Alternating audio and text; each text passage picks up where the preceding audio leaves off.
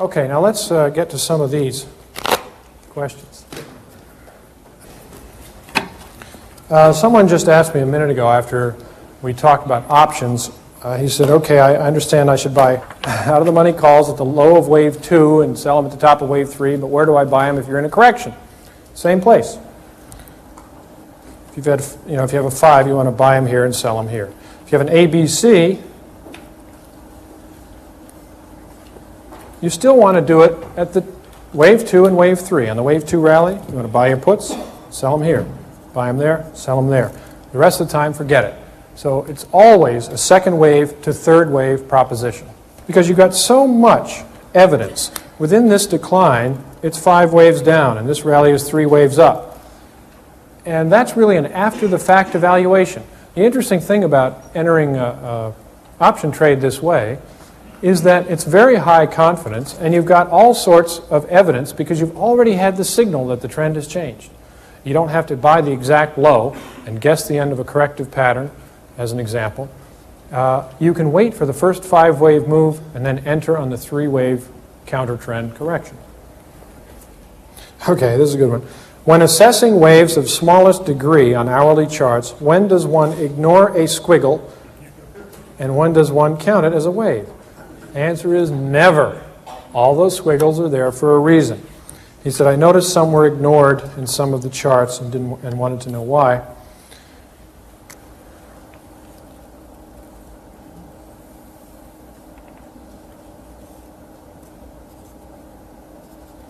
If we label a chart this way on the hourly chart of the Elliott wave theorist, I have not ignored these squiggles. I've counted them. I just haven't bothered labeling them. When you get down to the hourly chart, if you start putting more 1s, 2s, 3s, 4s, all the way down to the tiniest little things, it turns into a real mess. But every one of those wiggles is taken into account. There's not one that we failed to consider. I'd like to point out something about bar charts for a second.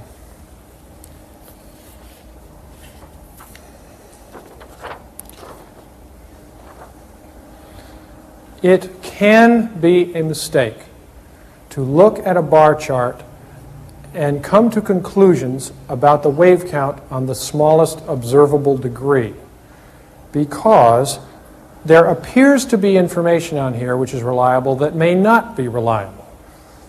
If in the bar chart you have an upward close and a down move and an up and a down close and an up and a little down, that doesn't necessarily mean that's 1, 2, 1, 2, or 1, 2, 3, 4, because in reality, even though this little pullback showed up, you had a long trading day where all sorts of things were going on that do not show up on here. For instance, you could see what looks like a 3-wave rally on a bar chart.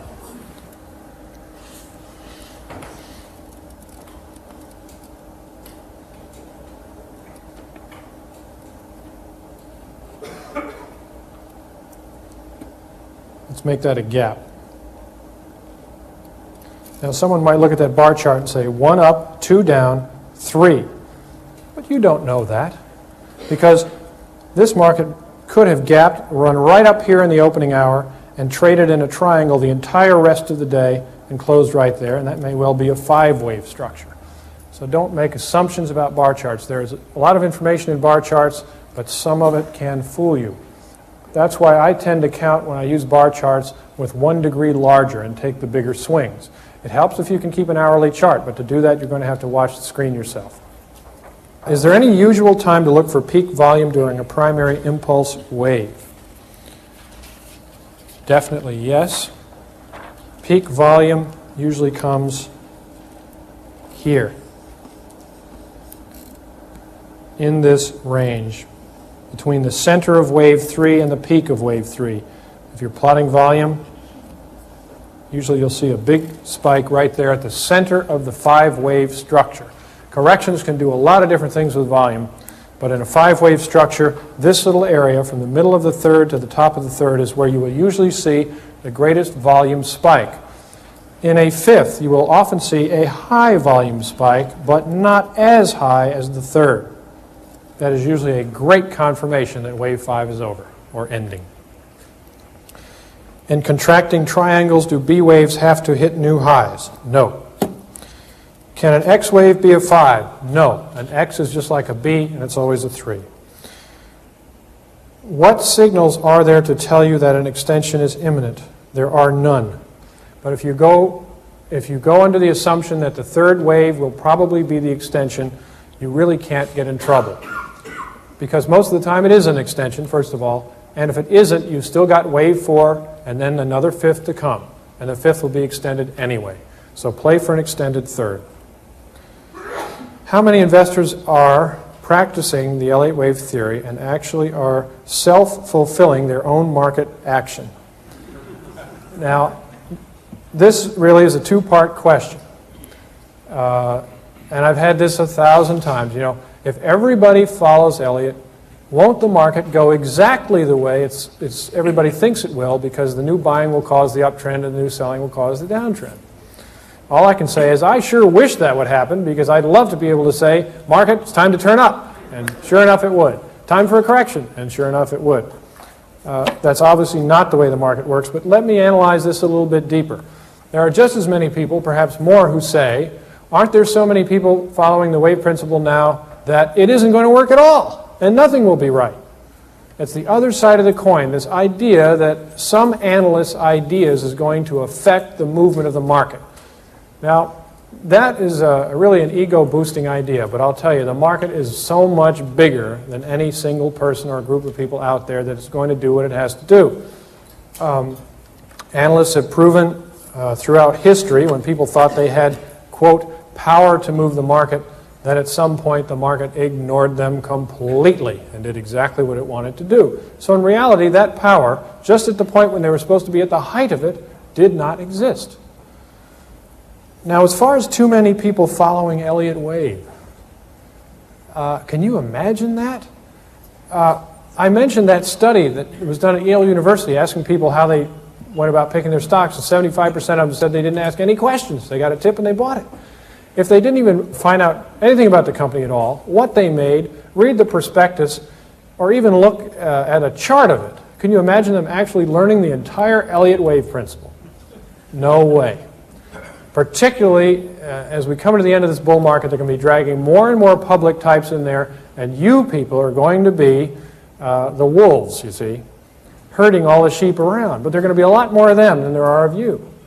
And even among subscribers of mine, among people in this very room, how many do you really think will be taking action at exactly the same time with heavy conviction in the market?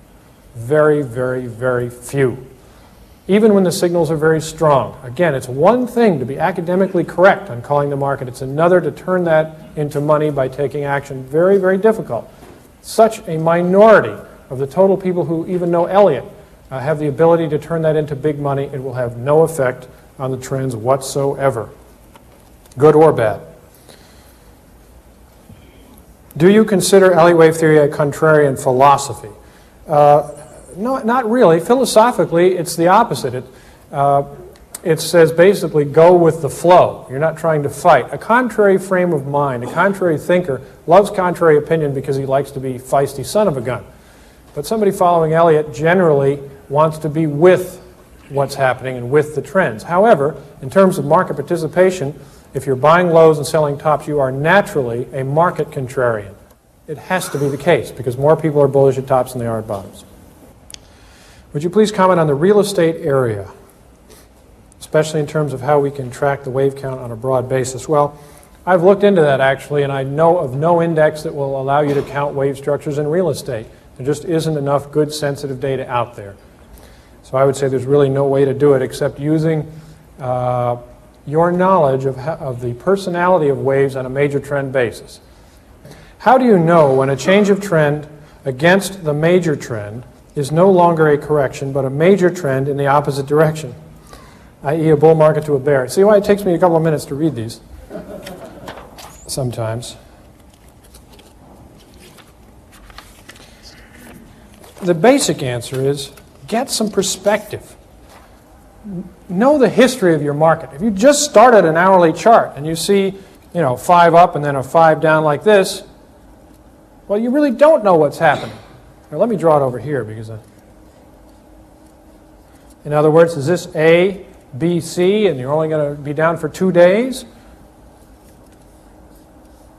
Or was it the fifth of a larger degree, and really you're going to be down for a couple of weeks? Or is it a fifth of that magnitude?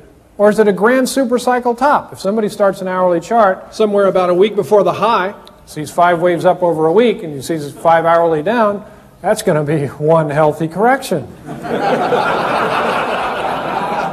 So get some perspective, you know.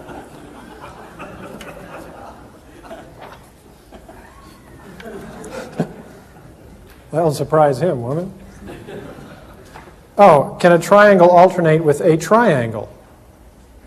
I think that contains a contradiction in the question in waves 2 and 4. No, there's no alternation there. Now, a triangle can alternate with the flat family or the zigzag family, but not with itself. And there's another reason for that. We mentioned that triangles never, or virtually never, depending on whether you argue over 1 or 2 points in history, occur in the second wave position. They are formations which precede the final move, so they wouldn't show up in the second wave anyway. Yes, it can be part of a combination in the second wave, but then it's a double 3, not a triangle.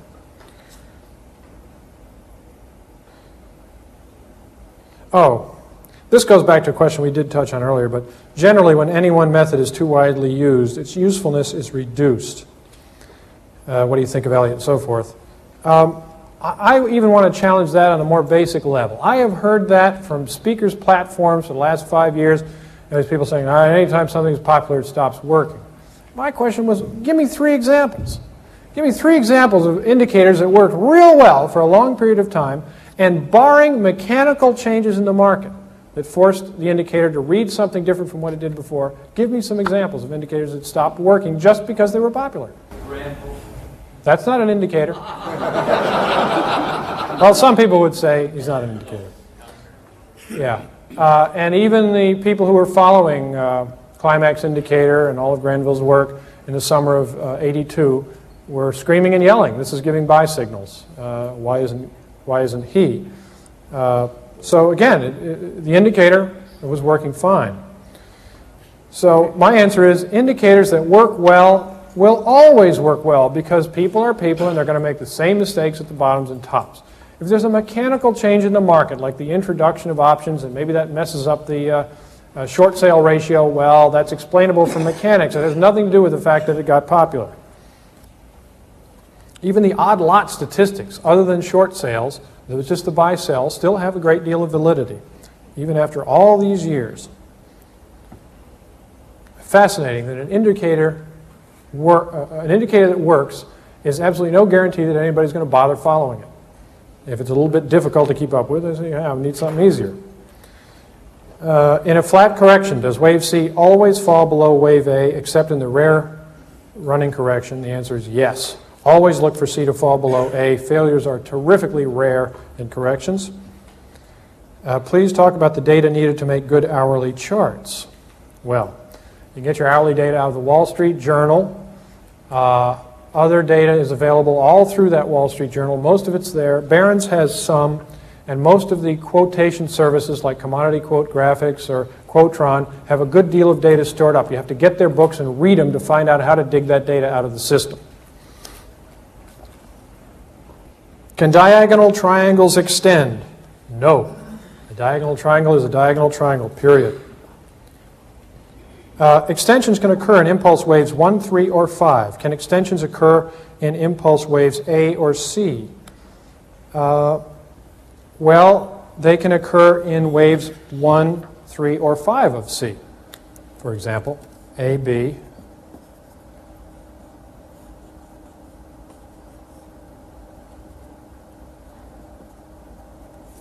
There's an extension. So it's still in a third wave, and it could be in a fifth, and it could be in a first. That's where you're likely to find it. But within an ABC, nothing prevents the market from providing an extension on the lower degree.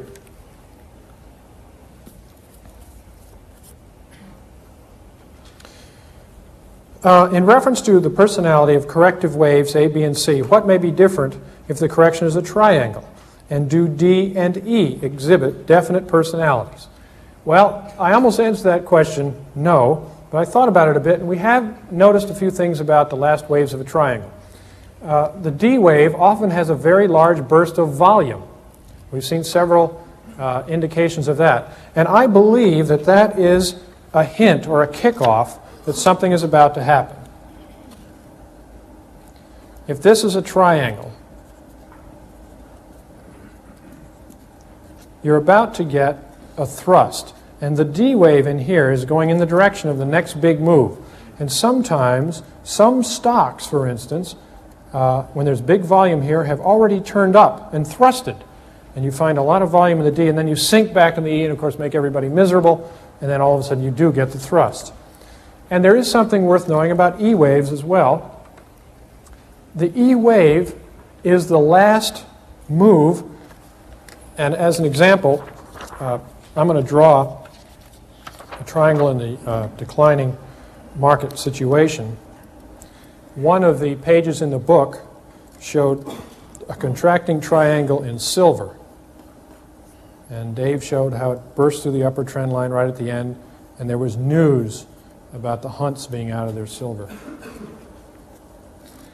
Consider a triangle, even though it's sideways, as a rally, because it's counter trend. Remember how we talked about the Dow Industrial Average in the 16-year sideways trend of 1966 to 1982? We said that's a bear market. All those stocks were getting slaughtered, and in real dollar terms it was a debacle and so forth. The same, and that was a sideways move. Well, the same thing is true here. This is a rally attempt, and bullishness usually increases throughout. You'll find the bullish consensus showing more people believing the trend is up here than did here, even though this is a lower level than back here. You'll find the put-call ratios showing few people willing to buy puts in this market. Sometimes the E gives you a little gap, as it did in this situation, and there's good news. Where does good news usually come out? Top of a rally. So keep that in mind for E waves. What do you mean by hourly reading? Well, it's the reading taken upon the hour, and in New York time that would be 10 o'clock, 11, 12, 1, 2, 3, and close. Which brings up another sub-question. How do you get the official hourly reading of the Dow? Some services report the hourly Dow readings right after they come out. And upon occasion, you'll open the Wall Street Journal the next day and they'll be a little bit different. If that happens, and we went through this big flap about 2 years ago with Dow Jones and Company, they swear that their computers are the final word, and that sometimes they're reported early because it takes time for the computer to catch up and make sure it's got every transaction involved, but the officials are the ones printed in the journal. Now, if they transpose numbers, that's different. That's a typing error, and sometimes I can maybe remember 1 or 2 times in the past 10 years that's happened, but most people notice it and they call them up and find out. Here's an interesting question. The question is, can this formation lead to an irregular or be part of an irregular flat correction? 3 waves up for an A, triangle B, 5 waves for a C. The answer is no, because an irregular or a flat, price-wise, has to come back to the lows, or it is not flat. Therefore, rather than expecting 5 waves up to follow that triangle, what would you expect? 3 waves up. So a flat, there's a little section in our book called the right look. Don't call it a flat unless it looks flat, because if you go ABC, ABC, and then 5 up, and that B is way above the previous low or previous high in the other direction, it ain't no flat. Can the wave principle be computerized? Yes. I think it would be hard to do, but it's an objective study. It would require a lot of work, and I'm involved in doing that right now. Could you comment on being tied to staring at machine, ticks, trend, volume, etc., and trading successfully? Do you need to be at your battle station watching, or can you alleviate all this tension and emotion? Well, you really can tailor your trading to the amount of stress you can stand. Some people want to be in front of the machine all day. Obviously, if you're a professional chemist, you can't. Although I do know a surgeon who, over the operating table, has a bank of Quotron machines and futures contract machines. I swear. Now, would you like him operating on you? Look at that silver! Oh my! Oh, you know. This is the truth. The truth. He would call me from the operating room occasionally. You'd hear clink, clink, clink. He'd say, what do you think of soybeans? You know what I mean? I was very careful to speak in a calm voice. Now, maybe he didn't feel any tension. I don't know. But, you have to assess your own situation there. Certainly, you do not have to sit in front of a machine. Those short-term moves can make you nervous, take your eyes off the real work, and just get in the way. But if you're day trading, you need them. This is kind of an interesting question. When you discussed Fibonacci numbers and the sequence, you started with a bear market.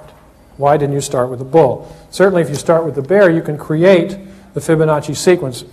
And remember, I showed bear market, one wave, bull market, one wave, complete cycle, two waves, then bear market, bull, and so forth to create that 1, 1, 2, 3, 5, 8 Fibonacci sequence.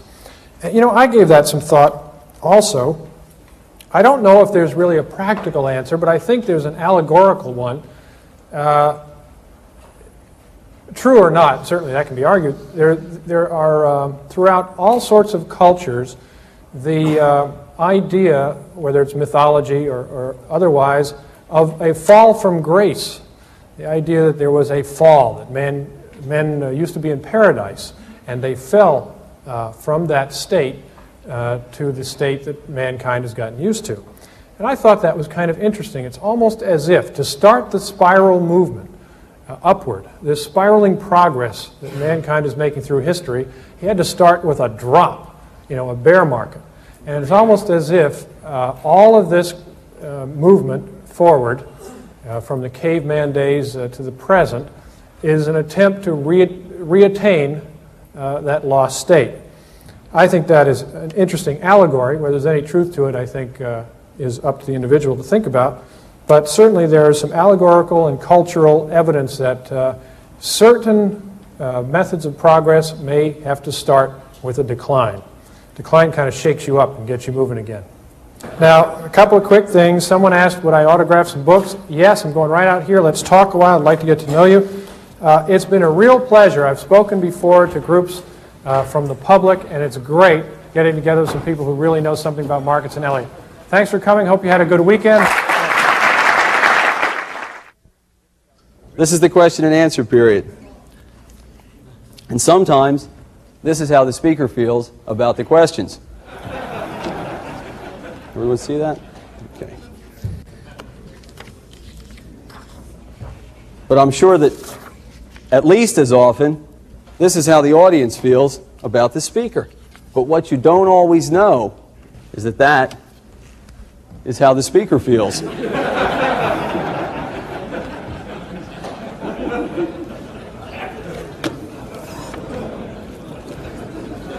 Okay. All right. Where can I obtain information, or what book can I read for semi-logarithmic charting? All you need to know about plotting on semi-logarithmic paper, all you need is that type of paper, semi-log paper. We carry some, if it's not from Keffel and Esser, K-E-U-F-F-E-L, and Esser, E-S-S-E-R, which is where we get our arithmetic scale paper, then I apologize, but I'm not sure of the name of the company right now. If Keffel and Esser do not have it, and you cannot obtain it from a nearby office supply store, just call the office and we will give you the name from the other paper. Please give us beginners the best graph paper to use, Keffel and Esser again. And what we use for page 2 of the letter when we show you an hourly chart of the Dow is number 47-1510. I also mentioned, and I had a question about, any multiples of 4.236 that we had seen. Now, this is a representation of the Dow Jones Industrial Average. This was August 1987. This was October 87.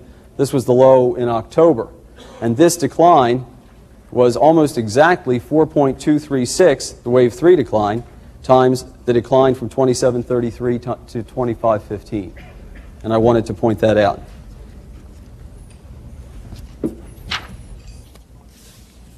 What charting services do you find most useful in tracking Elliott wave trends? Without a doubt, definitely the charts that come in that have the wave structure already labeled are the most useful. We use, for futures, I like Commodity Perspective. I think it's a great magazine or great chart book. Daily graphs, trend line, are the charts we take stock prices out of for the letter. We'll also use Mansfield from time to time. Charts from the CRB, Security Research Bureau, out of Boston, I guess. CRB is out of Chicago, I believe. If you need any of these addresses, we would be glad to provide them to you.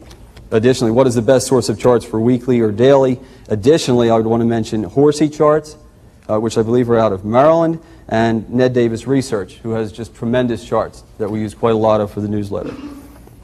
After impulse wave 5 is completed in a channel, how likely is the ABC correction to break out of the channel? Usually, rarely, or sometimes.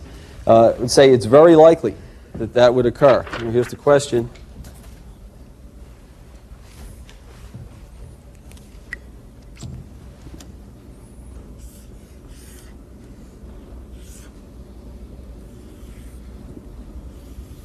There's your Elliott channel in a 5-wave structure. How likely is the ensuing correction that occurs, the ABC correction, to break out of that channel?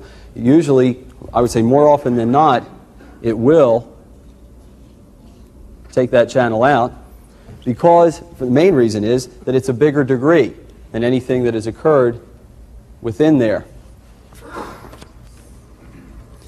Can you apply the Elliott wave theory to individual stocks?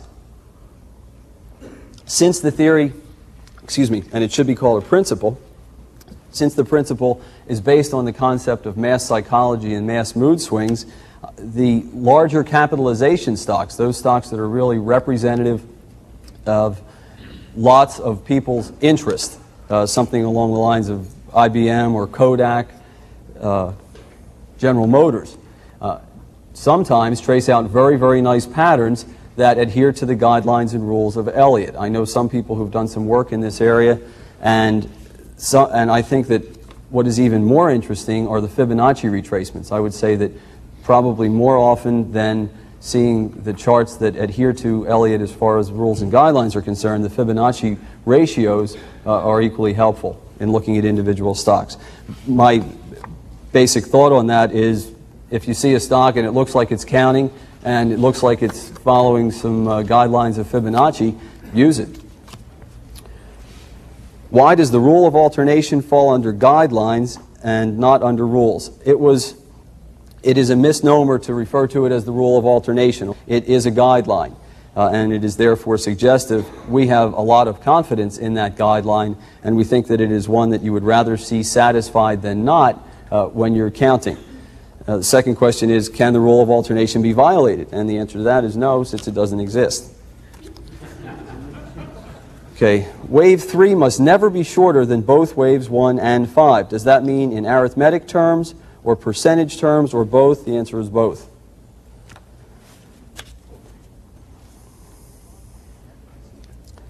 Is it possible to estimate the length of a first wave of any degree?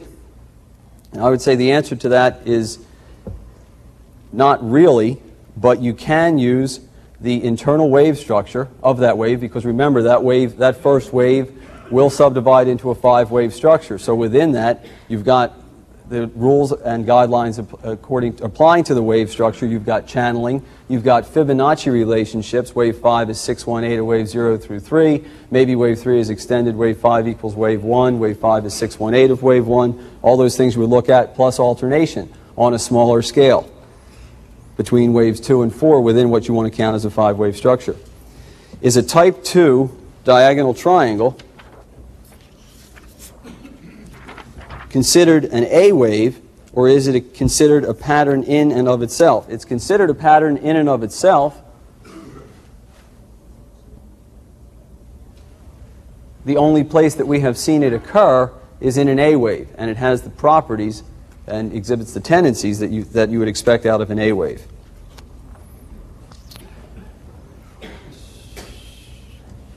Okay, this is a question about triangles, actually. In this picture, with regard to the triangle that completed the combination correction, that finished cycle wave 4. Is this a valid triangle? Wave E bottoms below the trend line. Where is it relative to wave C? Wave E can end anywhere that it wants to relative to the trend line. The only rule is that it must not exceed the point where wave C ends. Now in this case, wave C was roughly 727 on the Dow. That was in 1980, and wave E was August of 1982, around Dow 777. So there was no violation there, and that is a perfectly acceptable triangle. Okay, I wanted to clarify this point with regard to the rule, wave 4 cannot overlap wave 1. Let me state this accordingly. Okay. The orthodox end of wave 4 cannot overlap the orthodox end of wave 1. That's the rule. The orthodox end of both patterns cannot overlap. It is a very, very strong guideline that we suggest that you adhere to whenever it is possible, that none of wave 4 should enter the price territory of waves 1 or 2. Let me draw that.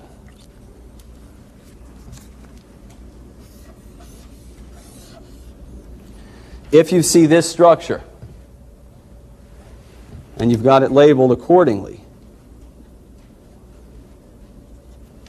and you want to label this as a wave 4, and it comes down in the price territory of waves 1 or 2, wave 1 it would be obvious, wave 2, even if it comes down and overlaps the territory of the irregular B wave, you should bet against that occurrence, or you should not use this count. It would be a lower probability.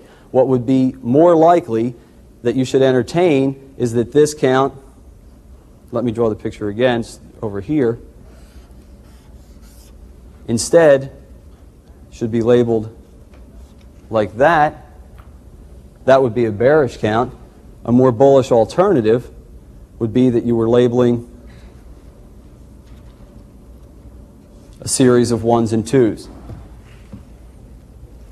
You would choose either of these counts before you should count it in this fashion, with the overlap into the price territory of waves 1 or 2. This is a question about page 263. How did you know to label this waves 1 and 2 before waves 3 and 4?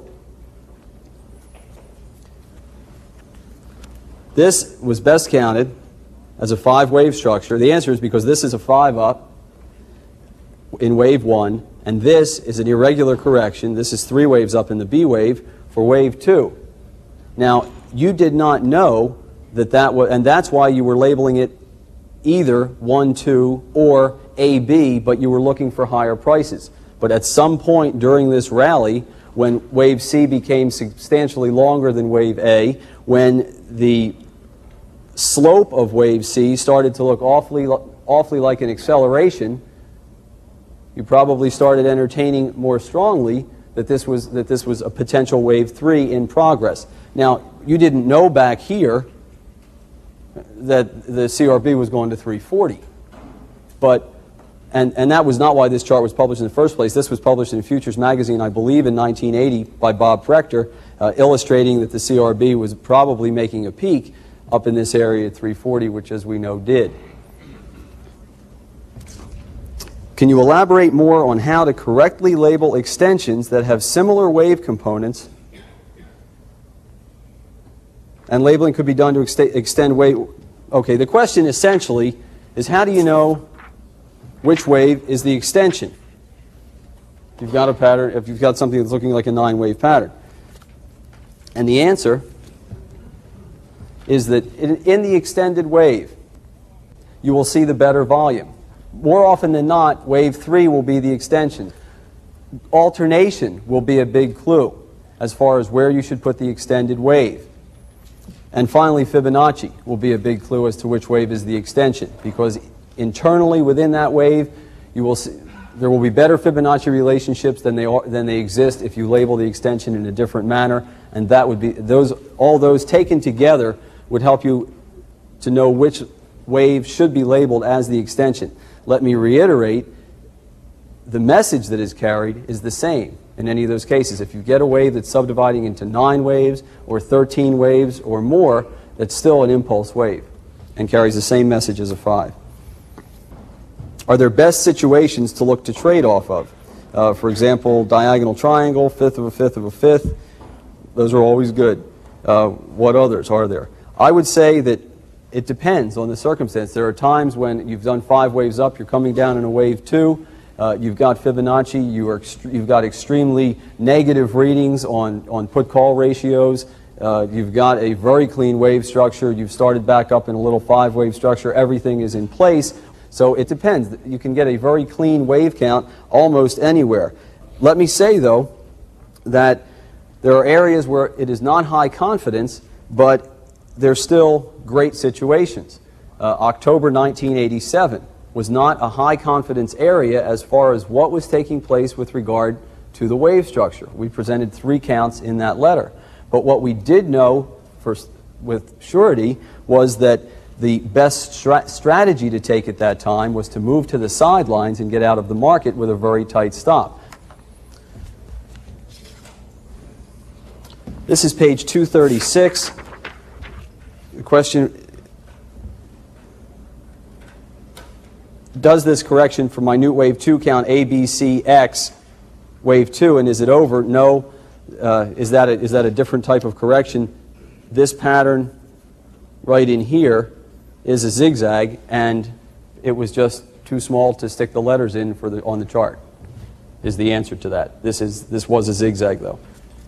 And it was subdivided accordingly on the hourly chart. And that, by the way, was the September 1985 low. Okay.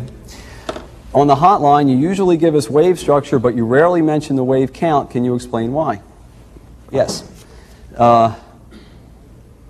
In many cases, if I see a clean 5-wave structure to the upside, followed by, let's say, for example, to the upside, followed by a clean 3-wave structure down, I will say you've got a clean 5 up, you've got a clean 3 down, and that means to the student of Elliott, look for higher prices ahead. We're 5 down, 3 up, and we look for lower prices. That's the wave structure. As far as the wave count is concerned, it's not practical, because that 5 up, 3 down could be 1 up, 2 down, or it could be 1 up, A of 2 down, or it could be A up, B down, or it could be A up, A of B down. And to mention all of those really serves no purpose. If there is a high certainty wave count that comes along, for example, the diagonal triangle that we're probably finishing for wave C in gold to the downside here, and once that wave C is complete, it will complete intermediate wave 4 of primary wave C of cycle wave X. I'll probably mention that on the hotline. But otherwise, to go through all the alternates would just take up time and not really serve any function. If you're a student of Elliott and I say 5 up, 3 down, you know what I'm talking about anyhow. If you're not a student of Elliott and I give a wave count, then it really doesn't serve any function. Does Elliott wave analysis improve one's sex life? Signed, a lonely adherent.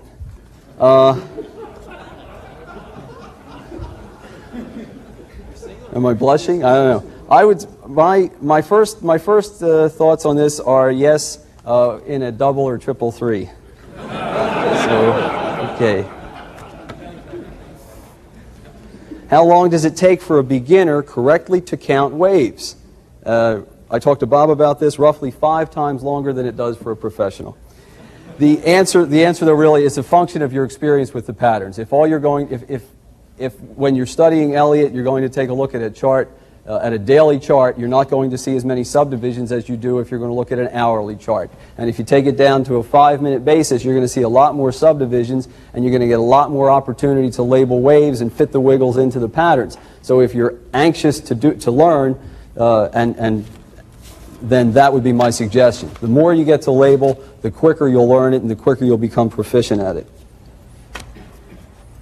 What is the best source of 1-hour charts without costing an arm and a leg? We plot our charts by hand, and we take the numbers. We have a friend who calls us, or a trader who calls us during the day, and with the hourlies, and otherwise we take them out of the Wall Street Journal and plot them yourself.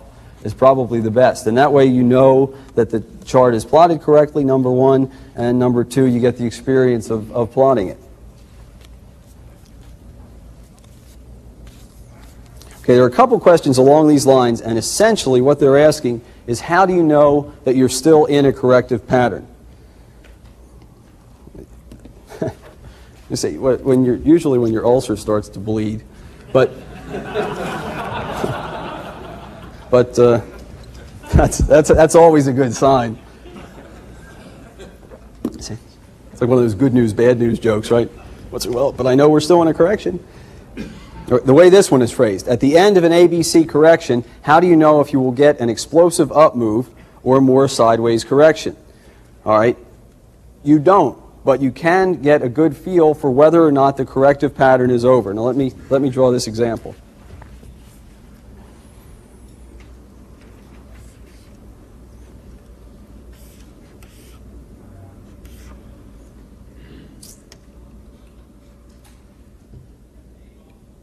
Okay.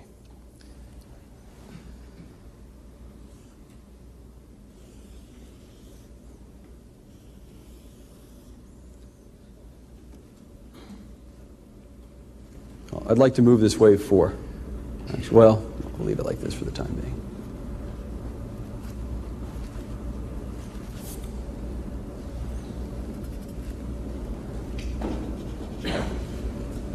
You've got 3 waves up. You've come down in what is apparently an ABC pattern.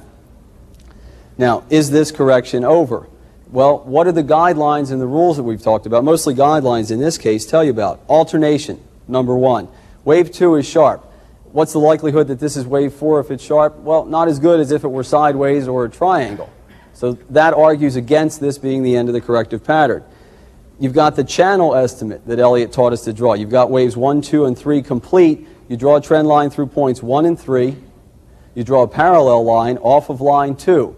That's a good estimate for the end of wave 4. You've got the previous 4th wave support zone, which I've drawn down here, that you would expect the correction to find support in. You've not come down into that. Finally, more often than not, corrections come down a minimum of 0.236 within of at least the 3rd wave, and I'm sure that's not that, probably 382 or larger, with the exception of waves that are just in an extremely accelerated phase. So instead of betting that this is the end of the correction, more likely what you would see, and let me just make this a little longer so it looks better on the picture. At this point,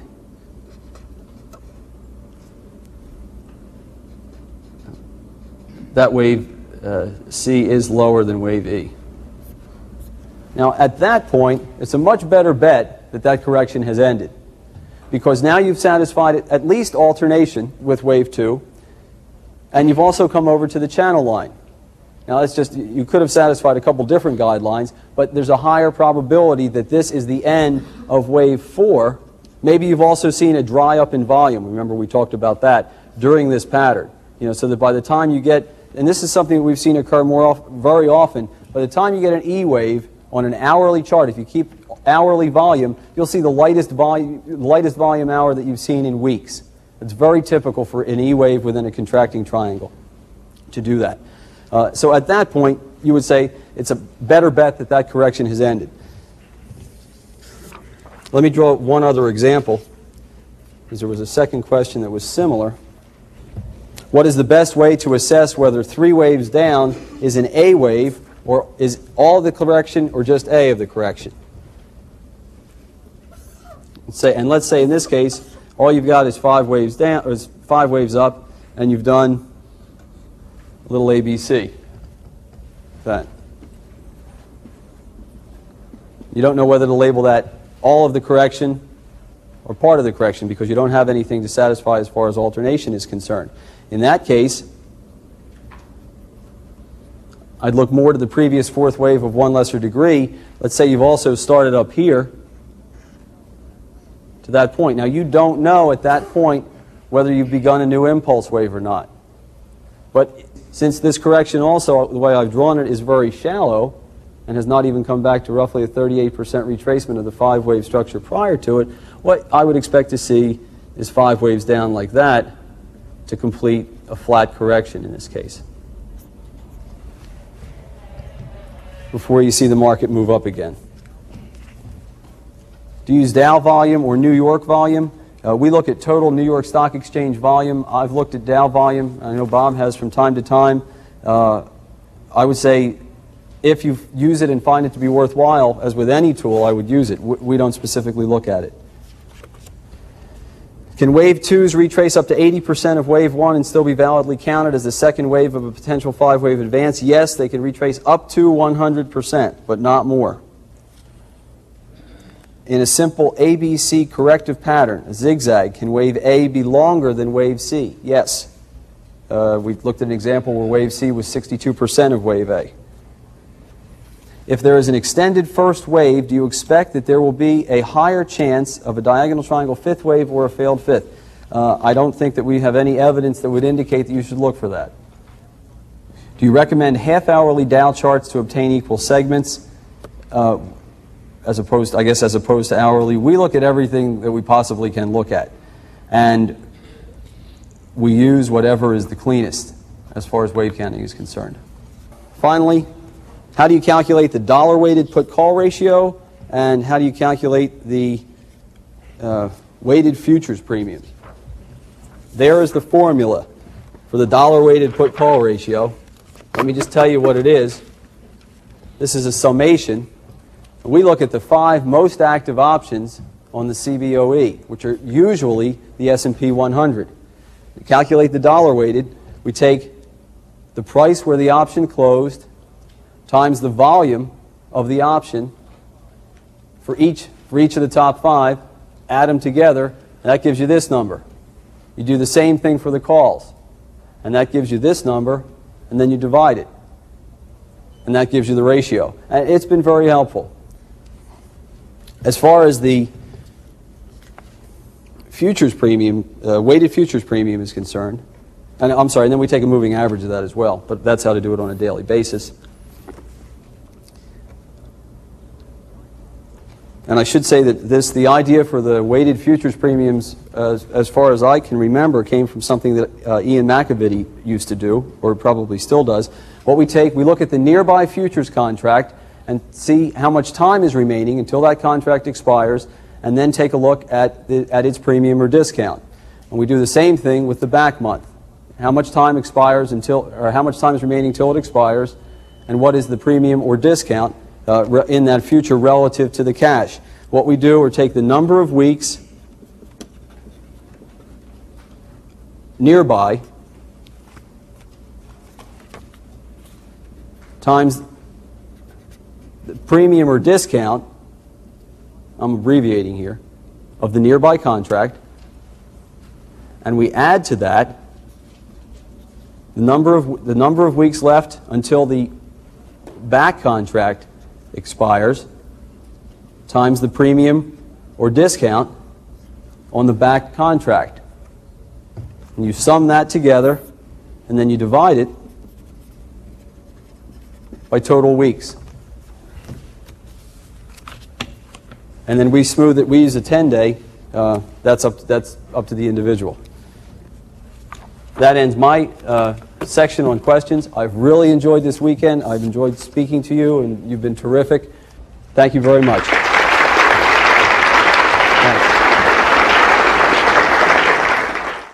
First of all, I have to say, I know some of you are probably on tight schedules, and you may have to catch planes and stuff like that. Don't feel, bad if you have to walk out. I've been walked out on plenty of times before. However, I do want to say, for those of you who can stay afterwards, we're all going to be outside. We'd love to talk to you for a while. There'll be some people asked if we could autograph some books. We'd be more than happy to do that. So if you do have the time, we'd love to have you stay around just a little bit. All right, I'm going to go through these as quickly as I can, but I do want to cover some of the most important points. Here's the first one. What instrument would you use purchasing your first home now? Cash would be great. Well, he gave me two choices, though. He said 15-year fixed or a 10-year floating rate. Well, I do have an opinion on that. I think one thing rates probably won't do for the next 5 or 10 years is stay right where they are. I think there are going to be wide swings in them one way or another. Personally, I think that even though there may be some period when interest rates will fall, I think ultimately they could go very high. So what does that suggest? It says that the variable rate is probably a better idea, because if rates are coming down, you'll benefit from that. If they're going to go way up, which I think is a pretty good possibility too, all of those variable rate mortgages, at least the ones I know about, have caps. So you may get it now at, say, 11%, and it may have a cap at 13 or 14, and if interest rates start going to 15, 16, 20, or 30, your bank's in trouble more than you are. And you've actually got a bargain there. So I lean that way. Let's see. Please clarify the current hotline position. Some people do get uncomfortable when the hotline and the market letter appear to be in different positions or are in different positions at the same time. Sometimes an intermediate term situation in the market letter is a 60-40 probability, like now, that prices are likely to go down rather than up.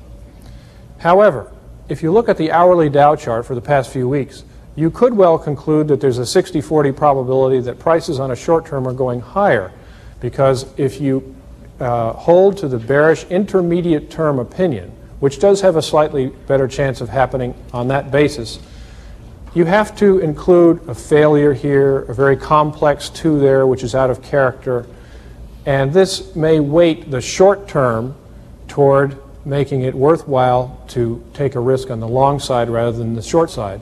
The most important thing is either approach must have very close stops and perhaps even strategy for reversing your opinion or your position.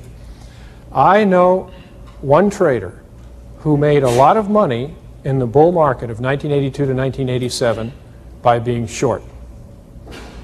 He sold short the peaks of the rallies, and a couple days later, when he decided the big bear market he felt was coming wasn't, he'd cover. And week after week, he'd churn out a little bit of money. Now, if he was the type who liked to be bullish now and then, he would have made a lot. But he was actually successful doing that. So as long as your approach is objective and you've got your places where you can admit you're wrong, or even in the case of the wave principle, you get 5 up and 3 down, and you were bearish, all of a sudden the market starts to rally, you can say, oh my gosh, so we're going higher, I better cover my short, and you've actually made money because it's below where you went short at the peak of wave 5. So please rest assured that we're taking the most constructive policy always, in our opinion. The one thing we don't want to fall for is trying to present some kind of false image and say, well, gee, maybe people will be upset if we do this, so let's do this even though it probably won't work. People will be happier. I've seen a lot of people compromise that way. I spoke to one market letter writer years ago who said he never writes anything bearish in his letter, ever. And he had all the numbers to prove it. He said every time he went bearish, he'd lose subscribers. All he wanted was markets that went up. He said he's bullish all the time. He'll just pick different markets to be bullish on, but he'll always be bullish. So he capitulated, in a sense, to what would make people more comfortable rather than using what was right. And I hope we don't do that. Okay. Here's a good one. I am invested in overseas markets and don't get high-low close data, only the close. Can I still use Elliott? The answer is absolutely yes. Just plot your closes and realize that you're dealing with one higher degree than the hourly chart might present. Don't try to trade intraday off of it, and you'll be fine. This is a little more sophisticated. If your terminal 5th wave is extended, how would you count or label the ensuing correction, blah, blah, blah. Here's a couple of blanks right here. I'd like to clear up something that I believe is an error in our book, which, of course, quoted Elliott on a certain point regarding extensions. He said that extensions are always doubly retraced. Well, Ham-Bolton decided, as I did when I first read it, that what he obviously meant was 5th wave extensions are doubly retraced because they aren't necessarily if they're in wave 1 or 3. The market can just keep going on its merry way. what that meant was, at some point, the market's going to come back, going to correct most of the extension. And at some point, it's going to come out and make a new high out here. So here's retracement number 1. And the eventual move is going to be retracement number 2. However, what's the point? This is always going to happen. The correction is going to carry you somewhere back in the area of the previous fourth wave, normally. The market then is, at some point, going to mount a new bull market and carry you to a new high. There's your second retracement. So it was redundant. There was no particular reason to discuss that in the first place. Now, Elliott did refer to irregular tops. Those also, in my opinion, are not a separate phenomenon. I've never seen any such thing as a separate phenomenon. What this would be an A, B to a new high, C, irregular correction, and then the market takes off on its next impulse wave. There's nothing unusual about that either. And unfortunately, Elliott's formulation suggested that fifth wave extensions are always followed by irregular corrections, and they're not. So anyway, the idea of extensions being retraced twice you can eliminate as any kind of rule or guideline. It'll happen naturally as long as you apply everything else correctly. All right, this guy's waxing a little bit. This guy, I don't know, he may be worried a little bit. He says if the Civil War and the Great Depression and World War I were just low points in an optimistic upward societal trend, how do you envision the lows in a long-term downtrend? Well, I can only say this. So far, the history of mankind shows that the long-term trend is up. Times have been tough on and off again for as far back as recorded history goes, and even in unrecorded history, I don't think the cavemen always had it easy. So I would just say deal with it, like people have always done in the past. Take it step by step. Understand as much about the potential for change as you can. Prepare yourself in advance, and just get ready. I carry this around just for things like this. This is an editorial, and it does kind of show how pessimistic some people can get, or how down on the world. It said, the world is too big for us, too much going on, too many crimes, too much violence and excitement. Try as you will, you get behind in the race. It's an incessant strain to keep pace and you still lose ground.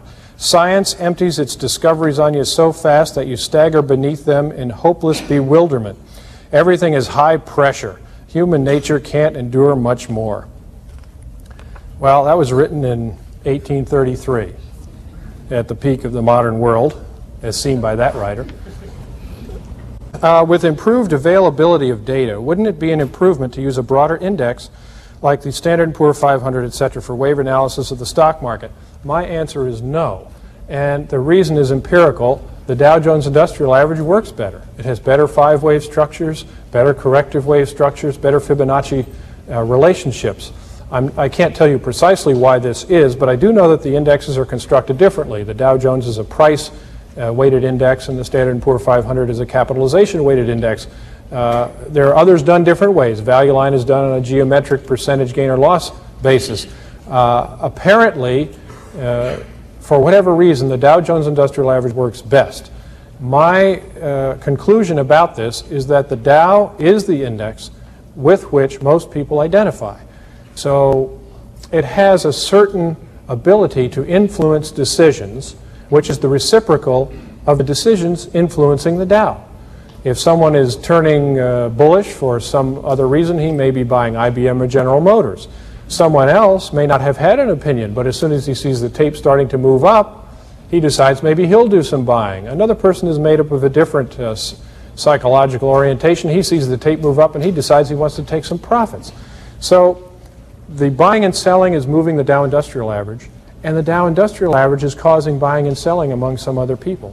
So it's almost a symbiotic relationship among the crowd. They're watching, each member is watching itself as a group ebb and flow, and is acting and reacting at the same time. I think that's the reason why the Dow reflects Elliott better than the other stock market indexes. To determine the higher degree waves, would it be appropriate to take a moving average to filter out short-term fluctuations? I think the answer is no. I don't see any particular reason why you should.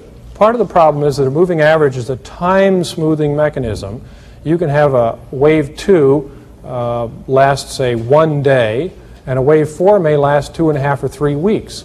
So on a moving average, wave 2 doesn't even show up. It hardly dents the moving average, whereas wave 4 lasts long enough to cause a pullback in it. You'll only see 3 waves up instead of 5. But when you go to analyze it, it's a perfect Elliott wave pattern. So I would not use moving averages to smooth prices to determine the wave analysis. This guy's down to earth here. When will the videotapes of the seminar be available, and how much are they?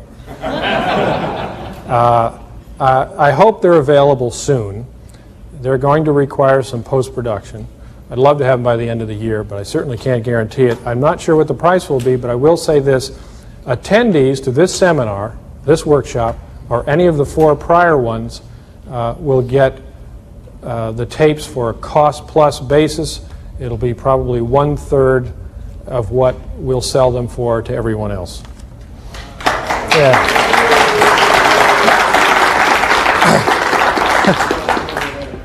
See, look at this. You're saving money like crazy here. You've already been able to cancel all your subscriptions and everything else. Oh, by the way, that brings up another point. Speaking about cost, there's at least one person here who took an Elliott Wave course 20 years ago from Ralph Distant. It was in Chicago, wasn't it? And he charged $2,100 for the course. Now, in 1966 dollars, we're charging about 1/3 of that. I think that's pretty good. The last question, this guy says, are there any other examples of Fibonacci that you can give us? And there's at least one. A.J. Frost likes to talk about this one. He says that it was very important to him to discover that in most human bodies, the navel divides the total height into the Fibonacci ratio. And before he married his second wife, he doesn't always say before he married his second wife, but I have a feeling it was. He measured her. And he did say that he wouldn't recommend it for everyone because it led to some unnecessary bedroom activity. But he thought it was worth pointing out, and if anyone would like to try it, they're welcome to do it. We have had a great time in these 2 days. I also have an announcement to make. It's the first time I'm going to mention it anywhere. We won't be putting on any more workshops, at least not involving me. There's a possibility a few years down the road things may change. However, one thing we have had a lot of requests for are essentially one-on-one instruction periods. So we thought we would sit down and see if we could put together a series of tutorials where we'd get together a very limited number of people, classroom size, 10 to 30, and actually have work papers, correct things, exercises, let you do the wave counts, come by and take a look at the work and say, this has got to be changed, here's why this shouldn't have been labeled this way, and so forth. Now, in case you haven't discovered it yet, the people who work at New Classics Library are just great people. I'm sure you've met some of the ladies that have helped set up and get you registered and do all those kinds of things. We've always felt like one big family, and in a lot of ways we feel like you're part of it. So we sure hope you'll come up and say hi to everyone you haven't met yet. We'll be outside for a good hour or so, maybe a little longer. It's been a very enjoyable 2 days. I hope you feel the same, and all the best to you.